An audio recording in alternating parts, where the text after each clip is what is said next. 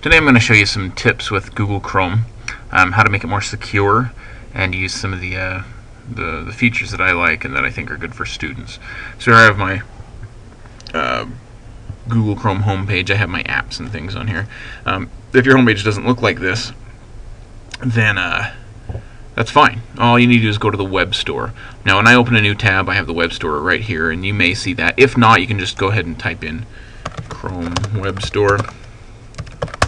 And it should be it took me right there. Good for that. Alright.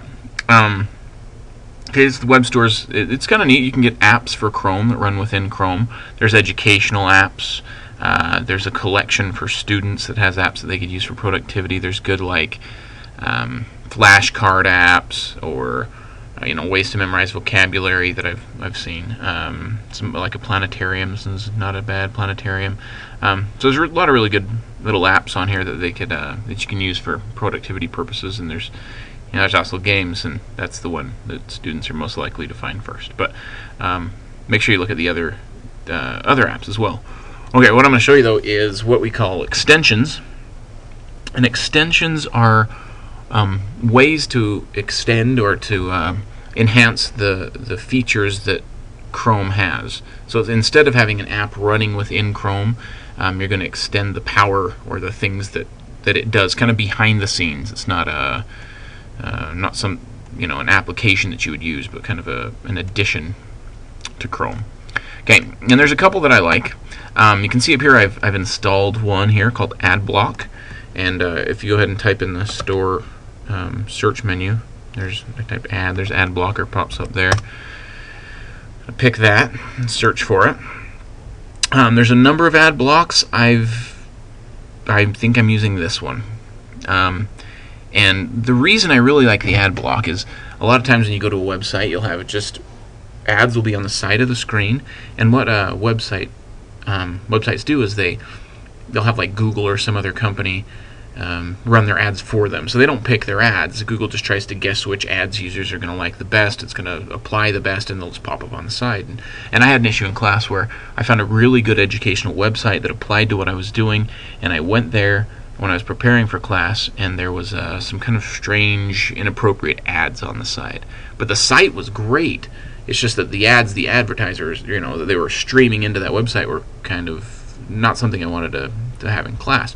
And so a way around this is to install this ad block, and it blocks those advertisements to the side. Plus, they're just kind of annoying, and you're never going to buy any of this stuff they're trying to sell you anyways.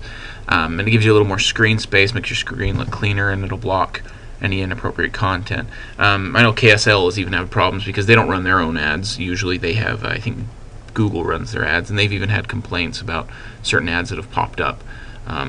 So it's a common problem even on really legitimate, good websites.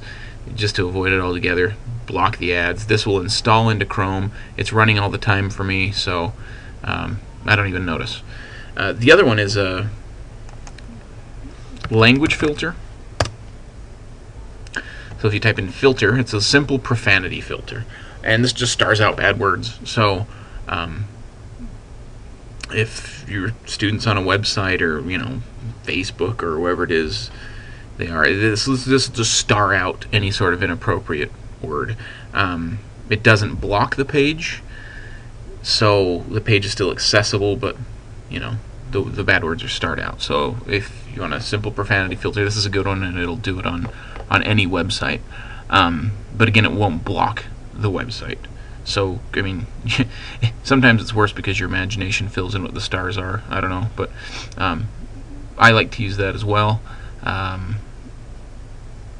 And then there's other filters and different extensions you can put into Chrome for security and different things if you want to restrict what your student can look at. Those are the two that I've used.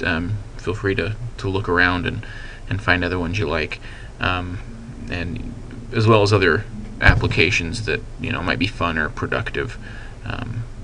Okay. Chrome is a very cool browser, and if you're using Firefox, it also has extensions and very similar features. Windows Explorer on the other hand, it's called Explorer. Yeah, Internet Explorer on the other hand does not have as many extensions and filter options as Chrome and Firefox do.